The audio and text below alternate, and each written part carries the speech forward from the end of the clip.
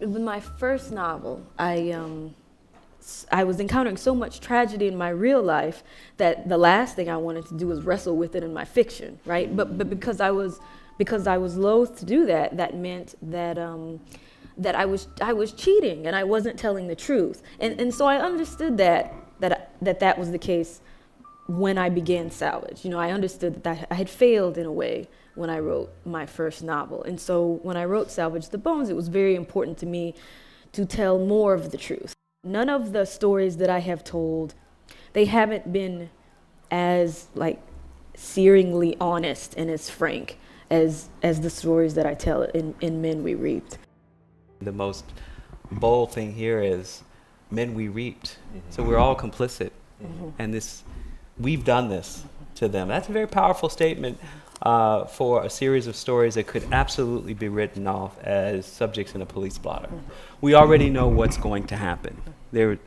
Nothing in this story holds back on the inevitable outcome, which is that we're going to lose these boys, but you make us fall in love with them.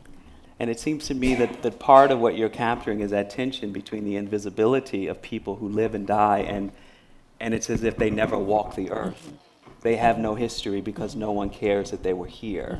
And this seems to me, this love story is your cry that they were here, and we have to know them. And in the end, I mean, that's what I say, like that's what I end with, right? I mean, the last chapter is called "We Are Here," you know, and that the first step to, you know, to changing this is to acknowledge it, and acknowledge us.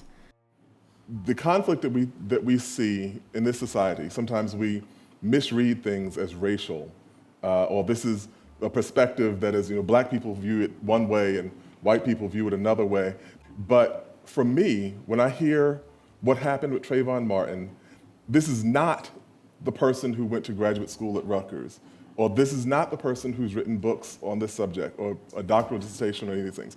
This is the person whose father told me about being beaten by white men in Hazelhurst, Georgia, and then forced to drink a soda afterward that they'd given him, and I didn't understand it as a child. And it was simply the fact that someone could humiliate him and then further humiliate him by giving him a gift.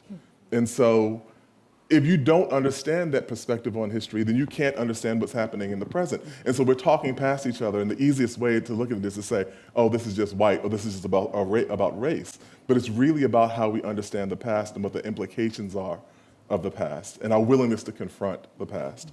As long as we look at what happened to the 5 young men in this story, as long as we look at Trayvon Martin or Jonathan Ferrell as black stories, those stories will continue to happen until we can look at people as common Americans and say, this is an American problem, and how do we resolve it?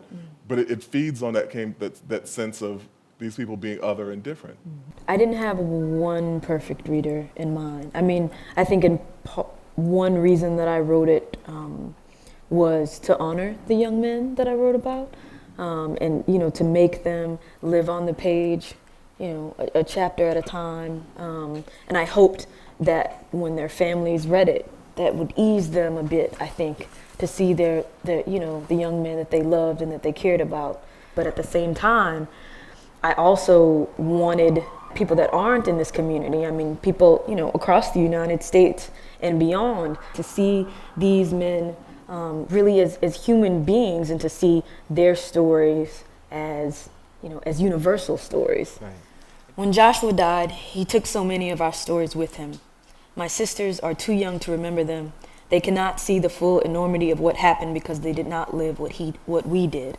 I write these words to find Joshua, to assert that what happened, happened, in a vain attempt to find meaning.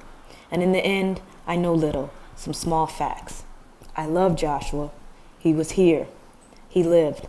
Something vast and large took him, took all my friends, Roger, Damon, CJ, and Ronald. Once they lived. We tried to outpace the thing that chased us, that said, you are nothing. We tried to ignore it, but sometimes we caught ourselves repeating what history said, mumbling along, brainwashed. I am nothing. We drank too much, smoked too much, were abusive to ourselves, to each other. We were bewildered. There is a great darkness bearing down on our lives, and no one acknowledges it.